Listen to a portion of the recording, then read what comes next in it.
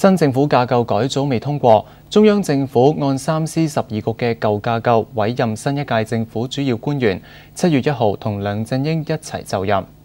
喺中央宣布任命之後，梁振英率領佢嘅新班子一齊見傳媒。現任發展局局長林鄭月娥升任政務司司長，財政司司長曾俊華獲得續任，而律政司司長就由前大律師公會主席袁國強擔任。12個局長有7個換咗人，包括係教育局局長吳克儉、食物及衛生局局長高永文、公務員事務局局長鄧國威、發展局局長麥齊光、環境局局長黃錦星、運輸及房屋局局長張炳良同埋保安局局長黎棟國。而另外5個原位留任嘅包括曾德成、張建宗、陳家強、蘇錦樑同埋譚志源。獲得中央任命之後，後任行政長官梁振英帶同新班子見記者。佢話管治團隊同公務員榮辱與共，上任之後會第一時間走訪18區，希望盡快推行新政，改變香港發展停滯不前嘅現狀。吳志金報導。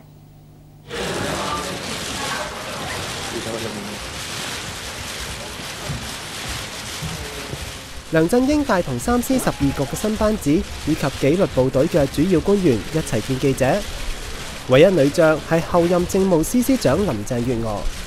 梁振英話：新班子同佢理念一致，並會同公務員共同合作。我同我嘅問責團隊理念一致，都希望穩中求變，都希望貢獻自己嘅力量，改變香港長期以嚟社會發展同埋經濟發展停滯不前嘅面貌。我同我嘅問責團隊會同公務員同埋公務員團體緊密合作，榮辱與共。我知道前路係崎嶇嘅，面對嘅挑戰亦都唔少，但我哋會迎難而上。我有信心，我同我團隊能夠克服困難。新班子上任之後，首要任務係走訪18區，以行動證明對香港嘅承擔，並會盡快制定各項政策。唔一定要等到下次施政報告呢先至一齊出台。呢啲政策呢成熟一個出一個，因為唔少呢啲問題呢，我哋需要不失時機地去應對同埋解決嘅。背負住僭建風波，梁振英冇回應，會唔會削弱到管治威信？我會盡快處理好有關嘅問題。呢一個班子呢係一個優秀嘅班子，我好有信心，我同我嘅班子會為大家做好服務，亦都為香港帶嚟好嘅轉變。佢話會爭取立法會盡快通過3C 兩副司14局嘅新架構。至於問責制點樣做到真正問責，日後有官員被立法會遺憾會點樣懲處？梁振英話唔能夠一概而論。